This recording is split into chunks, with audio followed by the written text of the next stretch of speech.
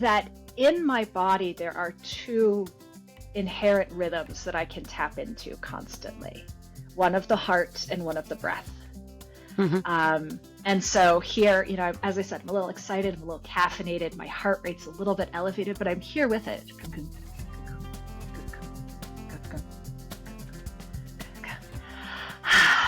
And then from that rhythm also comes the rhythm of the breath. This is Built by Grit, where we celebrate courage and the people who never give up. Real journeys, real lessons, real grit.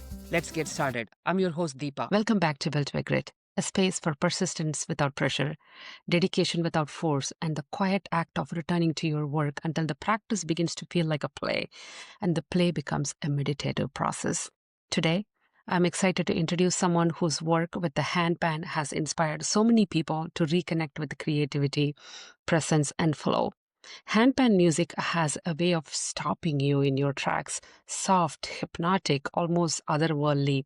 And today we are joined by someone who has dedicated her life to bringing that magic to people of all ages, Addi Faerber. Based in Madison, Wisconsin, Addi is a performer, teacher, and a community builder who helps beginners connect with rhythm, intuition, and mindful expression through handpan. She leads workshops, jam circles, and classes that make this instrument feel welcoming, playful, and deeply grounding. Addi also organizes the Heartfelt Hangout, a handpan gathering in September at a historic castle in Illinois. In this episode, we explore her journey, how she fell in love with the handpan, and the technique she believes every new player should master. If you have ever been curious about this instrument, this is the perfect place for you to begin. Welcome, Addi. Hello. This is great to be here. Thank you. Addi, we would like to learn a little bit about yourself. Just take us back to your early days. Do you remember the moment the handpan first spoke to you, the moment you knew this instrument was calling you? Well, so it was kind of a strange situation. At the beginning of 2021, I fell and I broke my arm and had to have big surgery. And so part of that was in recovering from that. I was having so much trouble finding something that I could do to help redevelop the movement in my hand. And I was playing with putty and I was playing with these little toys and I was bored. I was so bored. And my physical therapist said, what can you do a whole lot that will keep you engaged with little tiny motions? And I started actually with a pair of bongos, of all things. Okay. But then moved to buy a handpan. And nice. This was this gateway for me to listen to my getting better with using my non-dominant hand as I'm recovering from surgery. Wow. And why a handpan? Honestly, I've looked through all of my journals and tried to look back for the moment. And I know that Isthmus Instruments, the maker of this instrument, had done a booth at the night market here in Madison, Wisconsin, where I live. And so I knew I'd run into them. But I don't know actually what it was that I said, I need to recover from breaking this arm. I'm going to play handpans. I've looked everywhere and I can't find that moment. But I'm certainly glad that I did, because you did. Jenny, who built this instrument, lives close by here, has become a dear friend of mine, and my goodness, has it opened the world up. Awesome. So before you decided to buy this, did you even have any exposure to handpan? I'm just extremely curious. Like for me, when I first discovered handpan, although I don't play it and I would love to take classes from you some point in time, is like I just randomly came across this on the internet. Sounded so beautiful. And I was like, what is this instrument? I've never seen this. This is fairly strange looking. What is this thing? That's how I went down this path to discover what this is, and being addicted to this music as a part of my meditation process. But how did you discover this one? As other I mentioned, than seeing this I in the saw farmers them. market? Yeah. Yeah, I saw it at the night market where they had a booth set up and you can kind of listen a little bit. And then of course, me like many other people, we come across the music, especially, YouTube is just full of handpan musicians, sharing everything from, million views down to 12 views. And you could really get in and see what a lot of handpan players were doing. So I think, yeah, that was kind of my exposure to the music. And I just liked that originally I was a percussionist through high school and Oh, okay. college. So I like being a drummer. I like the mechanics of it. We can totally get into that, how, rhythm and the Mm-hmm. body and the movement are so interconnected. Um, but this also sounds beautiful. And I think It that, I mean, does. this instrument, this is actually my first handpan that I bought back in April of 2021. And yeah, and the was just, it sounds like the voice of the angels. It sure does. That's exactly how I felt about it too. There is something very unique about this sound. So who did you learn this from?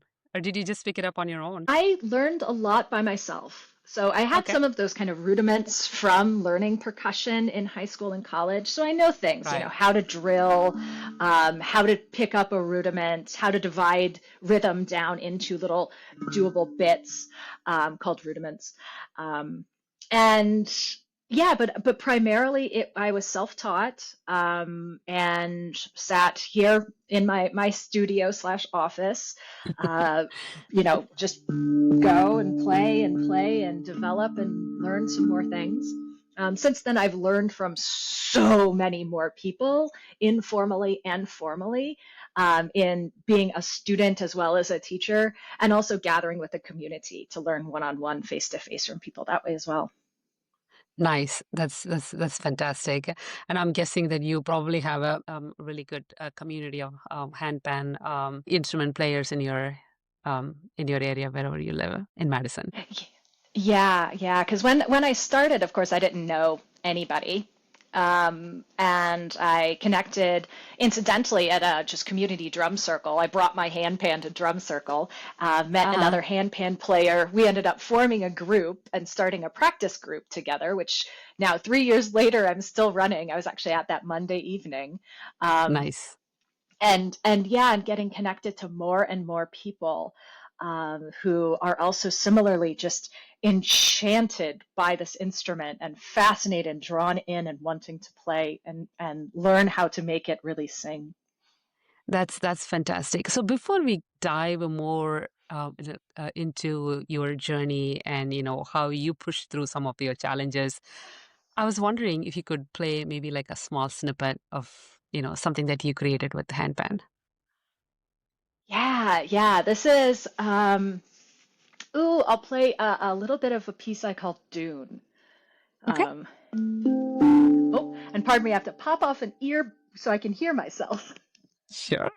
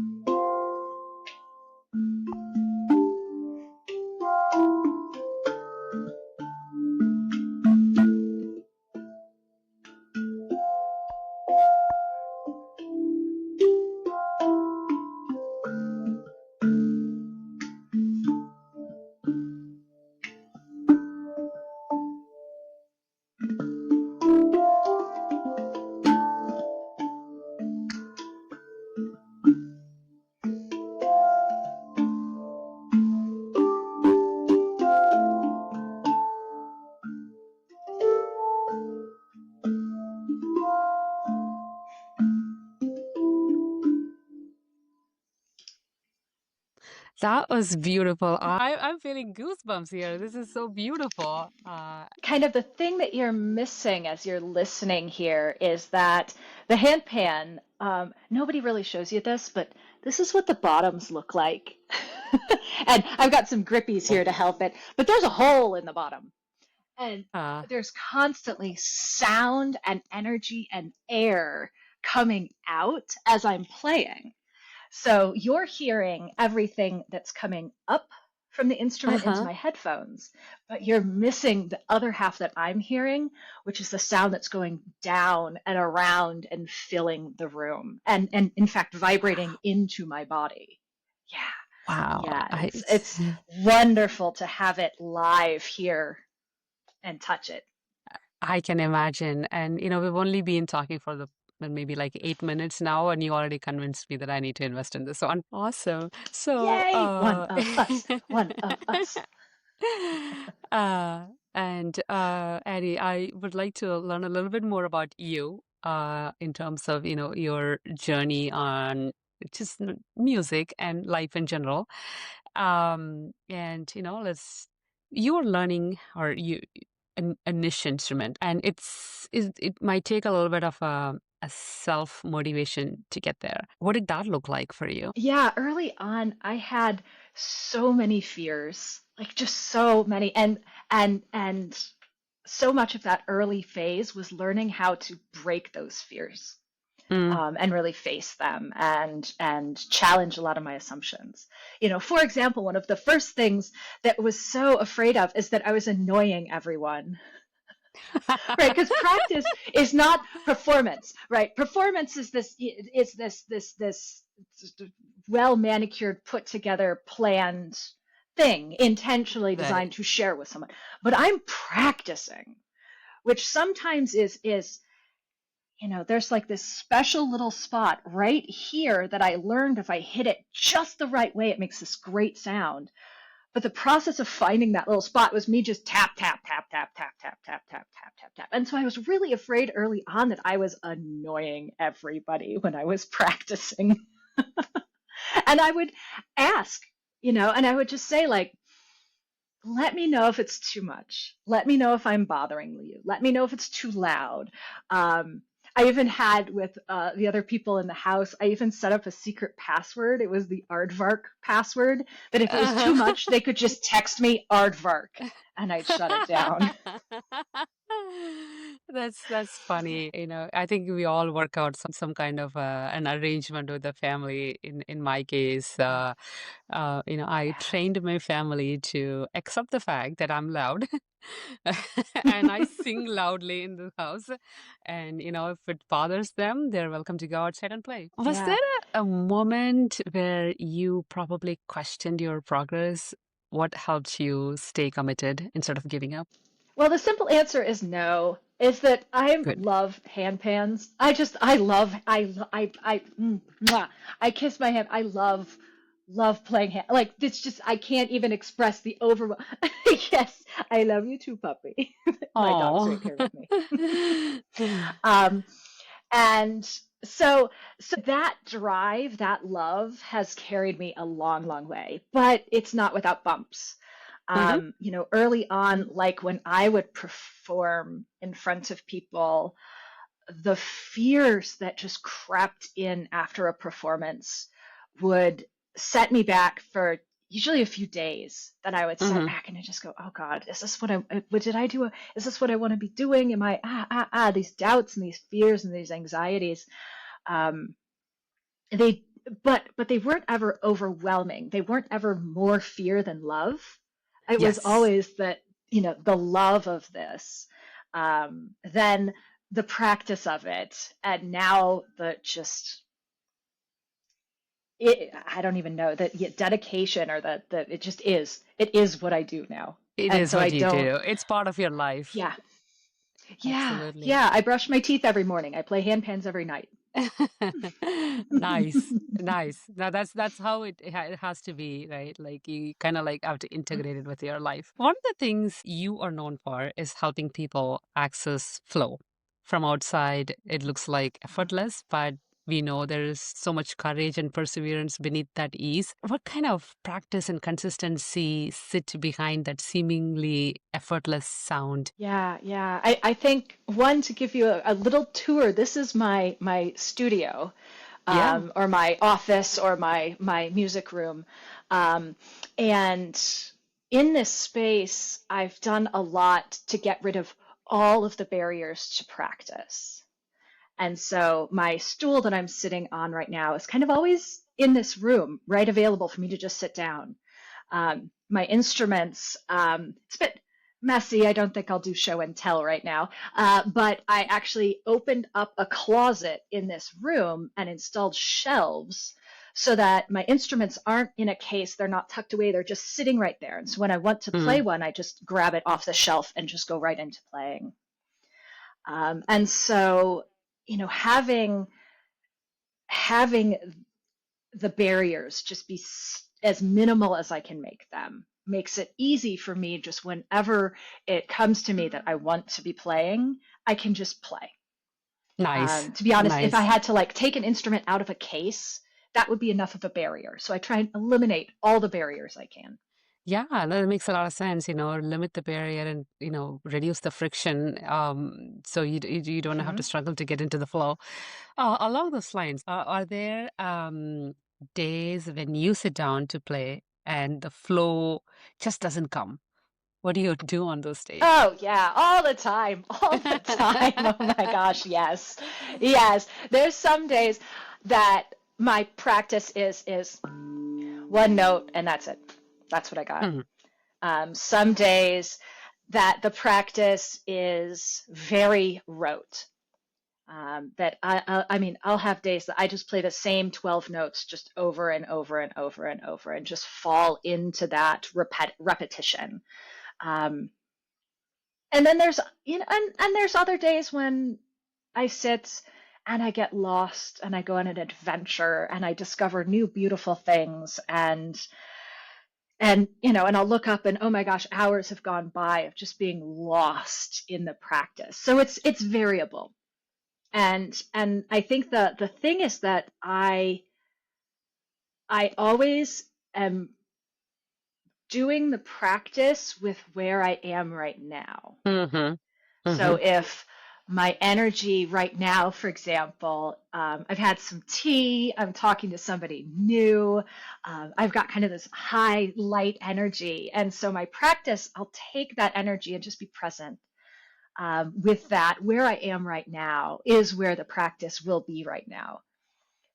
Taking away all those shoulds. Like we'll talk later about shoulds. Oh, no, you take those things away. Absolutely. And this is you really go with the flow, right? That's fantastic.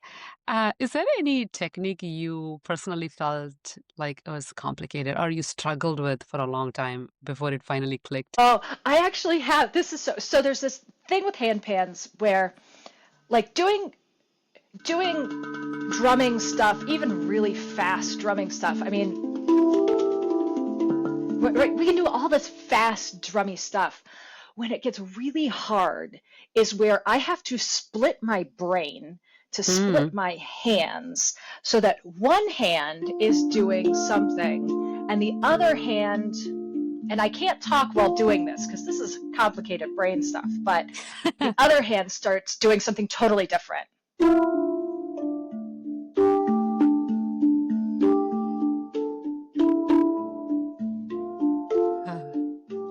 And so that fracturing of having independent brain control over each of my hands to be doing kind of their own independent thing, oh, it was so challenging. But the moment that I got it, I actually was recording myself at that time. And I have a recording of my face and my performance and my body and my energy and everything when it finally went boink. And I was just like, oh, now I get it. It was just such a joyful, fun, memorable moment when I was able to kind of split my hands and split my brain and start to do independent things with them. Ah, it was So cool. I can imagine, when something finally clicks. Was that, did you have to follow any technique or was it just like really sitting with it and just repeatedly doing the same thing over and over again and just going with the flow? Or was there a technique that you followed to break through that structure? Yeah, it is a technique. It's what I label it as drilling, aka Sure. how. So yes, there's a lot of repetition, but there's structure to that repetition. So for example, if I take a very kind of basic rudiment, Um, well, okay, a very basic rudiment, and then move it somewhere else, and again, and again. So I'm still in. So there's taking things and kind of moving them and turning them around and trying them other places and trying them with the other hand. And then, of course, going really fast and really slow and really loud and playing with the different pieces in this kind of structured way. And that's kind of how I've been able to develop these kind of manual and mental skills to be able to bring music forward and make it feel really flow and natural and easy. It's because of all the work and all the time I've spent going.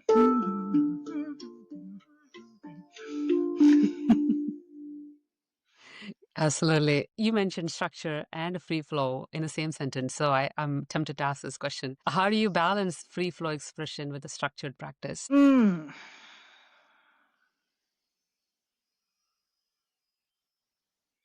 Well, I think it's a lot.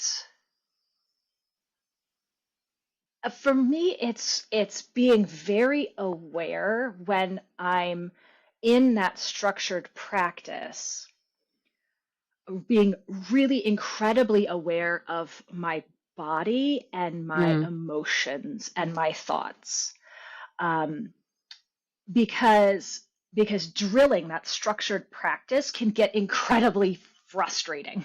mm-hmm. It can be challenging. It can be hard. I could be, working on a technique. For example, if I was to be constantly, say, reaching for this note, it may be causing stress and tension in my shoulder that I become aware of. Or if I've been playing for a long time, my seat can get a little sore. And it's for me, it's being aware of where I'm at and Mm-hmm. making really sure that those emotions of anger, frustration, um, uh, doubting my own competence, all of those emotions, I don't have those, or I Mm. have them, but when I sense I'm getting to a point where I'm feeling frustrated, I stop and let it go. And in Ah, fact, I have a that's a practice that great insight. came from that lovely movie. Yeah, yeah. It's that you're feeling this tension, this frustration, this anxiety, this just let it go. Let it literally. And I do this thing. It's called hot dogs for fingers. Which, if you see the movie Everywhere All at Once, I literally just go and breathing out, breathing out, shaking my body out, literally doing all of these things so that I'm not baking those emotions into my cake, right? So that it is a thing of joy, it is a thing of pleasure. And so after I've done, something 400 times, shake it out, shake it out, shake it out, shake it out, shake it out. Make something that sounds beautiful that I want to play. And then, yeah, if I feel like it, go back to doing that work. But it's really recognizing where I'm at and not pushing, not grinding, not building up frustration or anger, any of those things into my practice. And that is such a great, great answer and extremely insightful. And like I can so relate to it. I have made that mistake myself. Like there are times when I don't get a composition or a phrase. um I get into this type A personality. It's like, how is it that I cannot get it? I am not dumb, so I should be able to figure this out. Like I go into that mode for some weird Yeah. reasons, and lately I'm catching myself. It's like, please don't do that. That's hurting you. That's actually not being helpful. So I'm glad that you brought up that aspect. I think that's a very valuable insight. A lot of people like need to take that into consideration. Like just don't force it. It'll come eventually. And don't force it because you're manifesting those emotions as part of your music, Yes, right? And if you want to make absolutely. music for frustrated people, you can make music for frustrated people. But I want to make music that brings joy and a sense of peace and a sense of calm. And so I don't want to bake any of those other emotions. I want my music to be filled with joy and peace and calm and relaxation and whatever you call that emotion. Do you do any exercises or some additional practices before you get into the flow or before you get into the handpan practice so you can be really Hmm. relaxed? Not necessarily before. It happens a lot during, right? Mm, As I mm, notice, for example, especially, I'll get into what I think of as goblin mode, kind of crunching down and staring at the instrument, and my whole posture just starts to fall. And no, open back up, bring myself up. Um, yeah, opening up the chest, opening up the heart, mm. rolling the neck and shoulders, like all those kind of things. I find myself doing that during the practice, not Got necessarily it. as like preparation before. Preparation. Yeah, Yeah, that's yeah, awesome. it's in there when I need it. Awesome. So how does this whole practice connect with breath? When I reached out to you the very first time, you said you teach this instrument with a method that involves connecting the breath. Can you demonstrate a little bit of Yeah, what that means? yeah. Let me.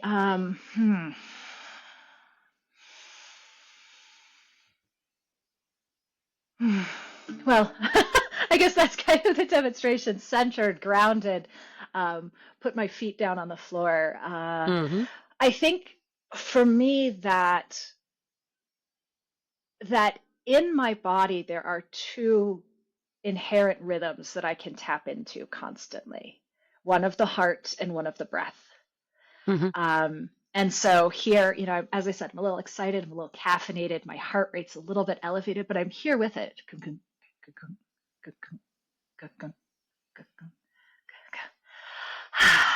And then from that rhythm also comes the rhythm of the breath, um, where I often will pair lines, phrases. I'll pair them with my breathing as I'm doing it.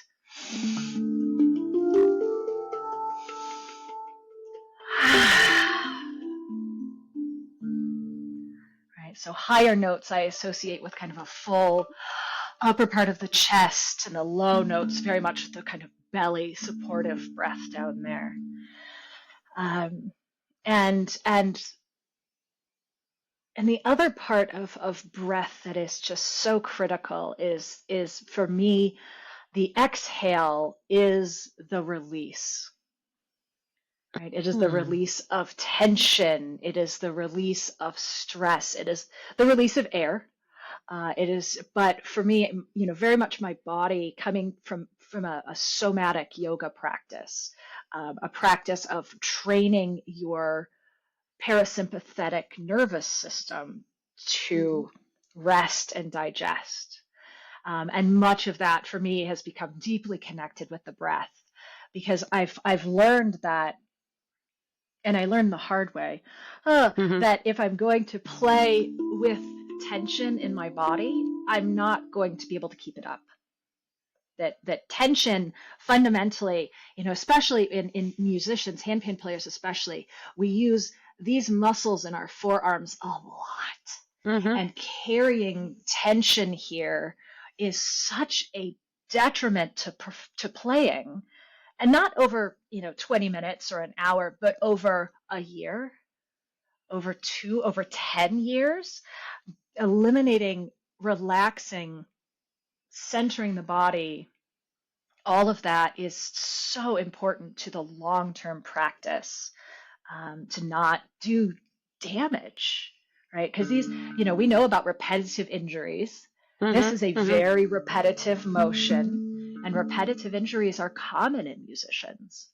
And so what do? We make sure we keep our keep the frame really well, keep everything super, super relaxed, and part of that is using the breath to let go of so much of that stress and that tension. That's awesome. And I can totally relate to that too. Like one of the things that I faced while I'm playing this instrument Veena on my right shoulder, I think it's the tension, it's the stress. It's like I need to get this right kind of an attitude. And I started having some really bad shoulder pain. It's getting better. And talking to people like you, I think is also is only going to get better because now I see the value in just being relaxed and just, taking a deep breath and don't push it. And I'm hearing this from all the artists and creatives that I've been talking to in this podcast. Everybody pretty much emphasizes the same thing. It's like, don't push it. It'll come. It might take some time, but you don't have to get it on day one. So that's a great message. Thank you. You work with a lot of beginners and you make the handpan feel so accessible. What's the first foundation that non-negotiable you teach every new student?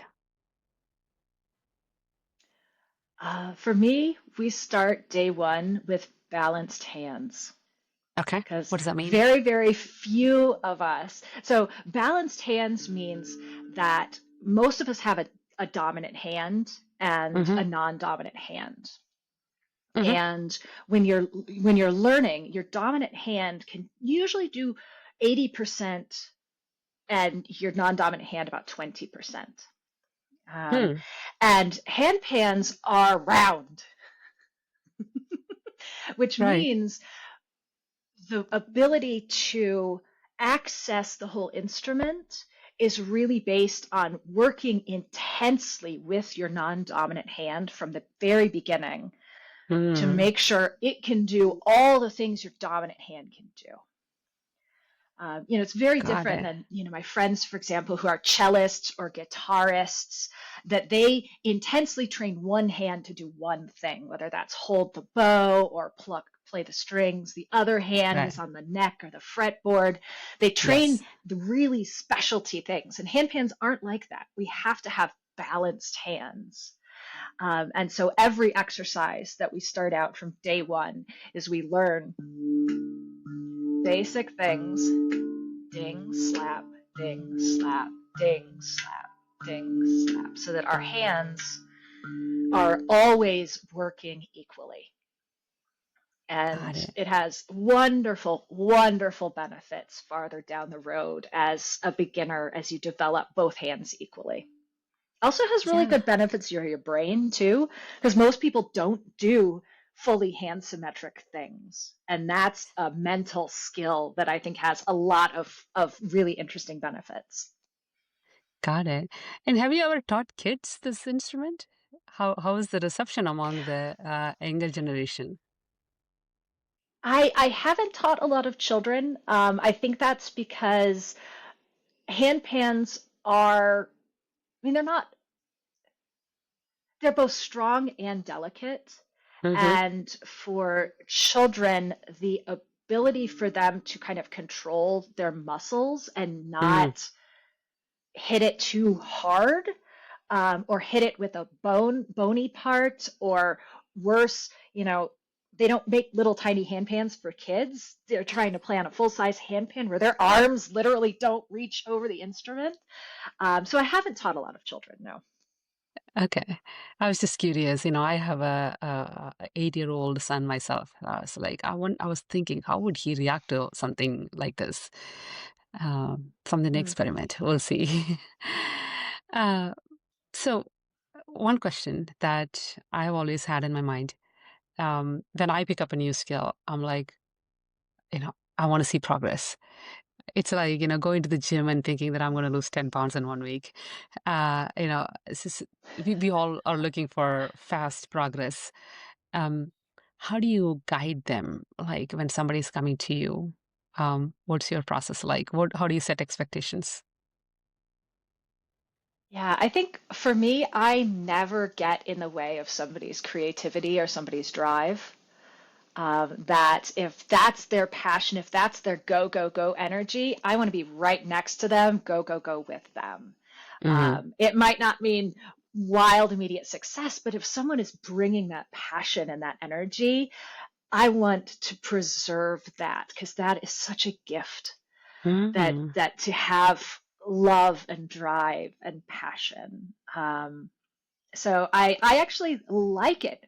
The beginner energy, the rush of energy, the let's do this, like, let's meet 3 times a week and play handpans. I'm like, yeah, let's go for it. Get the energy there. Because the other part of that is when that energy fades and when people Uh-huh. pull back from their practice a little bit, when it doesn't become as much of their life, I don't want people to feel shame, right? When they're Mm. not playing every day or feeling ashamed that they're not making practice or not making Mm. progress. I really want to keep that energy and that passion going. And that when someone takes a break and comes back, we welcome them. I welcome them back because it's the instrument is saying now is the time to be with the instrument. You know, when you weren't practicing as much, when it was in its case for a couple of months, that's okay. That's totally okay. You just didn't have the energy for it, and just accept that that's the way it is and welcome you right now here today back to the practice because Mm-hmm. that's all you can do, right? You can't you can carry the regrets of not practicing, but that's not going to help. You can It's not just gonna be help. present and welcome and say, be right here. And let's do it right now. Welcome back. The instrument is here for when you need it and when your energy brings you back to it. Right. No, that makes a lot of sense. Along the same lines, there are days I can practice and there are days I cannot. Um, what do you tell somebody like, okay, I only have 10 minutes to practice, um, but I really don't have the motivation today, or I'm so sleepy, I'm tired, fatigued, whatever it could be. Do I have to show up every day, no matter what? Yeah, yeah. This we had touched a little bit earlier on the shoulds, right? And here's just a whole Yes. pile of shoulds. I should play every day. I should be practicing. I should be committed to it. Oh, let that stuff go, right? Because that is just weight. I call these my shoulders. Mm-hmm. It's just weight on your body. Just wait, let it go. You don't have to play every day. But if you want to play, play. If you want to find time in your calendar every day to, make a little appointment and call it slap in the steel or something and get your time in. Whatever you want to do it. But get rid of those shoulds because those are you're carrying around big heavy weights that are not helpful. So, for me, I I I don't say I play every day. There's Okay. some days that I I so my commitment is to playing every day. Mm-hmm. And that's what I am aspiring to. That's the life I want. I want to play every day. And some days that's one note and I'm done. And I'm Mm-hmm. okay with that, right? That's meeting myself with the energy I have on that day for that practice. But if I told myself it's 5:10 p.m., I have to play handpans for the next 20 minutes, I'd never play. I'd never play. But when I just say it's that time, I'm here, I've taken all the barriers down to playing, I can just sit down and just go into it whenever it's there and it's present. That's the commitment. Yeah, that makes a lot of sense. Uh, Mhm.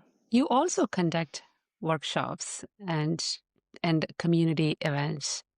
Can you tell me a little bit more about that? Yeah, so I have both private students that I work one-on-one with virtually and here in my home. I also run a community handpan learning group, which is kind of drop in all comers, see who's there. We do different kind of fun exercises. We sometimes have parties. We sometimes just jam. Um, And then I also organize two different handpan gatherings every year as well, which is the Super Bloom Women's Handpan Gathering that I help with. And that happens this year, Labor Day weekend in upstate New York. Hmm. And then I also organize the Heartland Hangout Handpan Gathering, which is right now, I think, the biggest handpan gathering in the US. Oh, There's last year there was 75 of us gathering at a really cool castle in Illinois outside of Chicago, where we have big hall I love the Heartland Hangout. It's such a good time. I love organizing it and and bringing people together and having an excellent good time. absolutely. So, do you have to be at a certain level of comfort with the instrument to be part of any of those community events? Or can you be a beginner and then No, still go? yeah, yeah. I think that's one of the things I love about my Monday night handpan group is people just find out about it and just drop in. I have extra instruments there, so if you don't own a handpan, people would just come Hmm. and one hour try it out, see if they like it. Some people come back, some people rent instruments from me then to take it home and practice without the huge upfront cost commitment. They can kind of toe the waters and see how it can if they like it. Since you mentioned cost, why is handpan, I guess like I don't really want to use the word expensive, but it's not cheap either. Why is that the way it is? I think a good one goes Well, up to like I $1,500 wish I could easily, share. right? Oh, much more than that. Much more than that. Yeah, because I think the big takeaway is that there is no machine that makes Hmm. handpans. Okay. Right? There's not a handpan factory anywhere in the world that's churning out handpans. There are people with hands and hammers that start with flat sheet metal and create this. Hmm. Um, and this, so this instrument was created by my wonderful friend Jenny, that Hmm. literally with her hands, and I've watched her do this, I've seen her tools, that she sits here with hammers, bang, bang, bang, flip it on its side, put her arm up inside, bang, bang, bang, to get the sound, the beautiful, beautiful sound, is a product of incredibly talented people who've been practicing building these handpans for years. Um, I love the story of my friend Rafael Darko from Takta Handpans. He told the story at a builders panel about Hmm. the first 2 years that he was learning to build handpans. They never made a sound. They sounded like metal being hit with hammers. And Wow. that about 2 years in, he finally got to the point where he had tuned one of the notes Hmm. and it resonated out.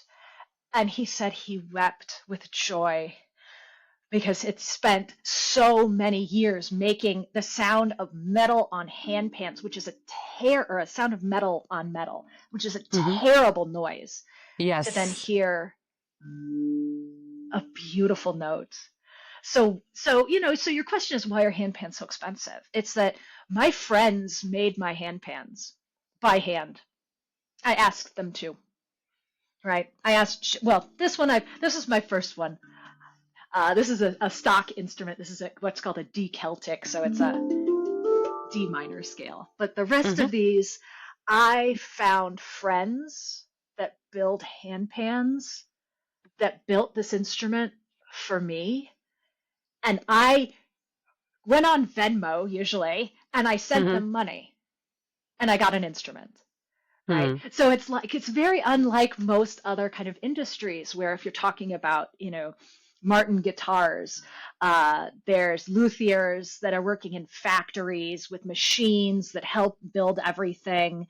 And then it's sent to a distributor and it's sent to a warehouse and it's shipped out to Guitar Center and it's put on a rack and a salesperson. No, no, no. My friends make these instruments. And so that money is going to them To them. to Yeah. build these instruments. That says a Yeah. lot about it. Yeah. Before we wrap up the conversation, I have a question for you. For someone who might be starting out or maybe afraid to learn music later in life, mid 40s, mid 50s, whatever it might be, Mm. what would you tell them? So I would say for people who are just really afraid to try, that the only thing you have, at least for handpans, the only thing you have to do is show up. And this community of people are, and I try and embody this myself, are welcoming. Like I love it when people get handpans. I love it Mm, when people show up at my workshops. I welcome people because this instrument has changed me, and I hope I can keep introducing people to have it change them. And so yeah, so that fear, the only fear you have to overcome to get started is just the fear of showing up. hmm And if you're wanting to know how to get started, you don't want to buy an expensive instrument in order, and you don't like it, you don't want to do. Yeah, find a group, reach out to myself. Happy to try and connect you to other people in the community because we are a really, really tight knit, caring community, and we hmm love, love, love helping people out. So the first fear is just reach out, just show up, and the community will guide you. That's Addi. Thank you for sharing your journey, your wisdom, and the human side of learning this beautiful instrument. And to everyone watching or listening, if this episode moved you, inspired you, or made you curious about the handpan, I hope you take the first small step today. Yes, please, because it's a wonderful experience. Thanks for joining me today. If this inspired you, please like, share, and subscribe.